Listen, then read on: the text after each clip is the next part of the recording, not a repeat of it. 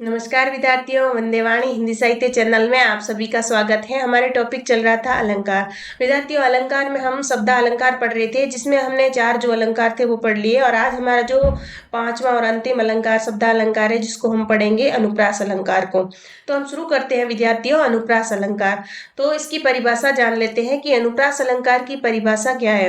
अनुप्रास अलंकार में वर्ण या वर्ण समूह अनेक बार यानी कि 2 या 2 से अधिक बार आते हैं, वहां पे क्या होता है विद्यार्थियों, अनुप्रास अलंकार होता है।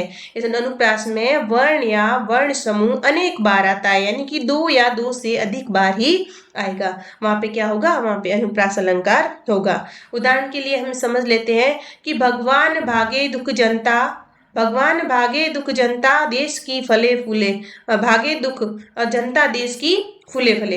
ये भगवान जो दुख है जो दूर भगे, और जनता जो है देश की वो फले फूले। इसमें देखो यहाँ पे भ वर्ण की आवर्ती हुई, यहाँ पे भगवान में भी भ है और भागे में भी भ है। और इधर फूले फले, यहाँ पे देखो, यहाँ पे फूले में भी फ है और फले में भी फ है, और इधर ल ल दोनों की आवर्ती हुई है। तो विद्यार्थियों, इसमें क्या है, इसमें भ और ग, यहाँ पे भगवान में और भागे में, यहाँ भगवान में भ और ग की आवर्ती हुई है और भागे में भी भ और ग की आवर्ती हुई है। और इधर फ में फ की आवर्ती हुई है और ल की भी आवर्ती हुई है फूले फले में। तो भ और ग में भ ग या वर्ण समूह 2 बार आया है। उसी प्रकार अंत में फ और ल, फल, यह भी फ और ल, यह भी वर्ण समूह भी 2 बार आया है। यह 2 वर्णों का जो है अनुप्रास है, यहाँ पे 2 वर्ण बार बार आए हैं। इसके जो है अनुप्रास के भी हमने भेद किए हैं, 4 भेद किए हैं। छेका अनुप्रास, वर्त्यानुप्रास, श्रुत्यानुप्रास और अंत्यानुप्रास। एक लाटा अनुप्रास में और होता है विद्यार्थियों, उसको भी हम पढ़ लेंगे। छेका अनुप्रास में वर्ण या वर्ण समूह का 2 बार आना, मतलब इसमें क्या होता है कि या तो वर्ण आएगा 2 बार या वर्ण समूह 2 बार आएगा। और वृत्यानुप्रास, वृत्यानुप्रास में विद्यार्थियों वर्ण या वर्ण समूह का 3 या अधिक बार आना। छेका अनुप्रास में तो क्या होता है, वर्ण या वर्ण समूह 2 बार आएगा। और वृत्यानुप्रास में विद्यार्थियों वर्ण या वर्ण समूह 3 या अधिक बार आएगा। और श्रुत्यानुप्रास, इसमें क्या होता है विद्यार्थियों, एक स्थान से उच्चारण होने वाले बहुत से वर्णों का प्रयोग होता है। मतलब एक ही उच्चारण स्थल होगा, यदि दंत्य होगा तो वो दंत्य से होंगे, और मतलब जो उच्चारण स्थल हमने बताए हैं उस उच्चारण से कंठ्य से होगा तो वो सारे कंठ्य से होंगे, दंत्य से होंगे तो सारे दंत्य से ही जो है इसमें उच्चरित होंगे। तो विद्यार्थियों, इसमें क्या होगा कि एक स्थान से उच्चारण होने वाले बहुत से वर्णों का प्रयोग होगा। अब विद्यार्थियों, अंत्यानुप्रास, शब्दों या चरणों के अंत में अंतिम 2 स्वर्णों की बीच के व्यंजन सहित आवर्ती होना, वहां पे क्या होता है, वहां पे अंत्यानुप्रास होता है।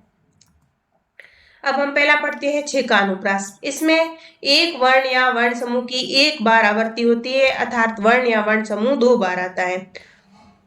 परम पनित भरत आचरणु, सब और छटा थी छाई। यहाँ पे देखो, परन पनित भरत आचरणु, पहला उदाहरण है परन पनित भरत आचरणु। दूसरा है हमारे सब और छटा थी छाई। तीसरा है कानन कठिन भयंकर भारी। और चौथा है घोर घाम हिम बारी बेयारी। और 5वां है हरिसा हीरा छाड़ के करे अन्न की आस। यहाँ पे एक बार इसको हम पुनः पढ़ते हैं कि इसमें एक वर्ण या वर्ण समूह की 1 बार आवर्ती होती है, अर्थात वर्ण या वर्ण समूह 2 बार आते हैं। जैसे यहाँ पे देखो परम पनित, यहाँ पे 1 बार आवर्ती हुई है, परम परम में प है और वापस पनित में भी प है। और इसमें सब और छटा थी छाई, यहाँ पे छटा में भी छ है और छाई में भी छ है, तो एक वर्ण की 1 बार ही आवर्ती हुई है। कानन कठिन, यहाँ पे देखो कानन और यहाँ कठिन, कानन में क और कठिन में क। और इधर भयंकर भारी, यहाँ पे भयंकर में भ और भारी में भ। और इधर घोर घाम हिम बारी बयारी, यहाँ पे घोर में भी घ और घाम में भी घ, मतलब एक ही वर्ण की 1 बार आवर्ती हुई है। और यहाँ पे बारी बयारी में भी ब है, बारी में भी और बयारी में भी ब है। हरिसा हीरा छाड़ी के करे आन की आस, यहाँ पे हरिसा हीरा, यहाँ पे हरी में भी ह है और हीरा में भी ह है, और आन में भी आ है और आस में भी आ है।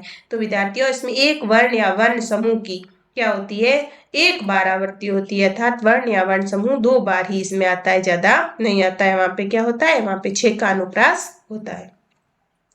दूसरा है हमारे वृत्यानुप्रास। इसमें एक वर्ण या वर्ण समूह की अनेक, मतलब 1 से अधिक बार ही आवर्ती होगी इसमें। वहां पे क्या होगा, वहां पे वृत्यानुप्रास होगा। अब देखो, भव्य भावों से भयानक, भव्य भावों में भयानक भावना भरना नहीं। यहाँ पे देखो भ भ वर्ण 1 से अधिक बार आया, यानी कि कई बार आया। भव्य में भी भ है, भावों में भी भ है, भयानक में भी भ है, भावना में भी भ है और भरना में भी भ है। तो यहाँ भ वर्ण कई बार आया है। उसी प्रकार दूसरे उदाहरण में देखते हैं, निपट नीरव नंद निकेतन। निपट नीरव नंद निकेतन में, यहाँ पे भी निपट में भी न है, नीरव में भी न है, नंद में भी न है और निकेत में भी न है। तो न वर्ण की यहाँ पे कई बार आवृत्ति हुई है। अब तीसरा है, भटक भावनाओं के भ्रम में भीतर ही था भूल रहा। यहाँ पे भी देखो भ वर्ण की कई बार आवृत्ति हुई है। भटक में भी भ है, भावनाओं में भी, भ्रम में भी, भीतर में भी और भूल में भी। तो यहाँ पर भ वर्ण कई बार आया है। अब इसके आगे विद्यार्थियों, श्रुत्यानुप्रास। जब श्रुति की आवृत्ति हो अर्थात जब एक स्थान से उच्चारण होने वाले बहुत से वर्णों का प्रयोग किया जाए, मतलब उच्चारण स्थल एक ही होगा, वहीं से ही बहुत सारे वर्णों का प्रयोग किया जाए, वहां पे क्या होता है, वहां पे श्रुत्यानुसार अनुप्रास होता है। जैसे दिनांत था, थे दीनानाथ डूबते। यहाँ पे सधेनु आते ग्रह ग्वाल बाल थे, इसमें ये दंत्य अक्षर आए। देखो दिनांत था, थे दीनानाथ डूबते, सधेनु आते ग्रह ग्वाल बाल थे। इस पूरे जो ये पूरा जो पद्यांश आया है, इसमें पूरे पद में जो है जो दंत्य वर्ण है उनकी आवृत्ति हुई है। द से लेके देखो, हमने कहा था कि दंत्यों में कौन कौन से आते हैं, धृत लसाना दंता, मतलब ल और त वर्ग पूरा और श और नृत्य लसन, हाँ स जो सड़क वाला जिसे हम कहते हैं दंत्य स।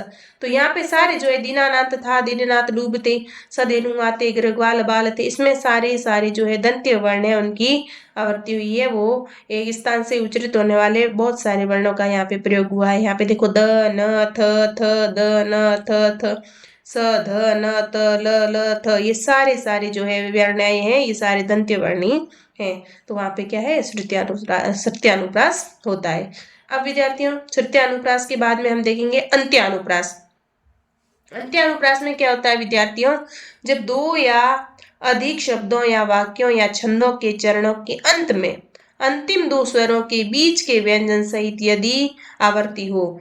देखो इसको एक बार पुनः पढ़ते हम, कि जब दो या अधिक शब्दों या वाक्यों या छंदों के चरणों के अंत में अंतिम दो स्वरों की या बीच के व्यंजन सहित आवर्ती हो, तो वहां पे क्या होता है, वहां पे अंत्यानुप्रास होता है। हम उदाहरण के माध्यम से इसको समझेंगे।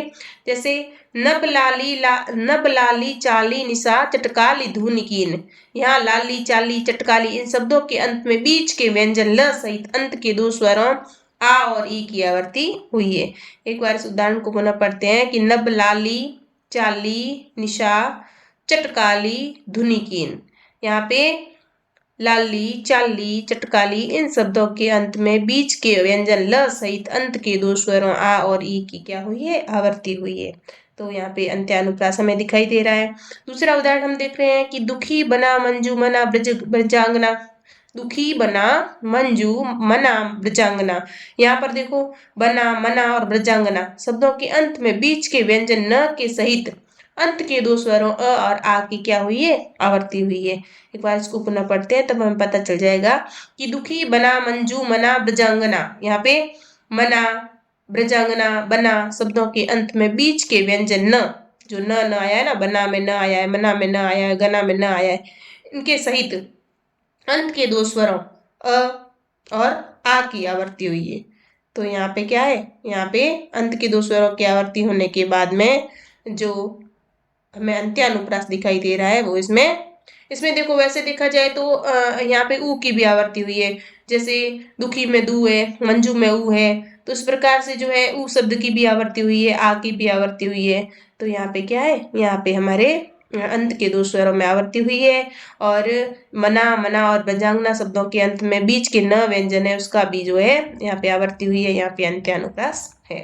अब है लाटा अनुप्रास, जहाँ एकार्थक शब्द की आवर्ती हो परंतु अन्वय करने पर अर्थ भिन्न हो जाए, वहां लाटा अनुप्रास। मतलब जहाँ एकार्थक शब्द है, एकार्थक शब्द है मतलब उसका अर्थ एक ही निकलता है। एकार्थक शब्द जैसे जहाँ एकार्थक शब्द की आवर्ती हो परंतु अन्वय करने पर अर्थ भिन्न हो जाए, जब अन्वय करेंगे तब उसका जो है अर्थ भिन्न हो जाएगा, तो वहां पे क्या होता है, वहां लाटा अनुप्रास होता है। उदाहरण सहित समझेंगे तब हमें समझ में आ जाएगा कि कैसे। तो यहाँ पे पूत सपूत तो क्यों धन संचय, पूत कपूत तो क्यों धन संचय। इसको उदाहरण को एक बार वापस पढ़ते हैं विद्यार्थियों, कि पूत सपूत तो क्यों धन संचय, पूत कपूत तो क्यों धन संचय। यहाँ कई शब्द दो बार आए हैं, यथा पूत तो क्यों धन संचय। तो यहाँ पे जो है तो क्यों धन संचय, तो क्यों धन संचय, एक बार तो इसका अन्वय सपूत के साथ हुआ है और दूसरा जो है कपूत के साथ इसका अन्वय हुआ है। इस प्रकार विद्यार्थियों यहाँ पे जो है एकार्थक शब्द की आवर्ती होती है और अन्वय करने पर अर्थ भिन्न हो जाए वहां पे क्या होता है, वहां पे लाटा अनुप्रास होता है। धन्यवाद विद्यार्थियों।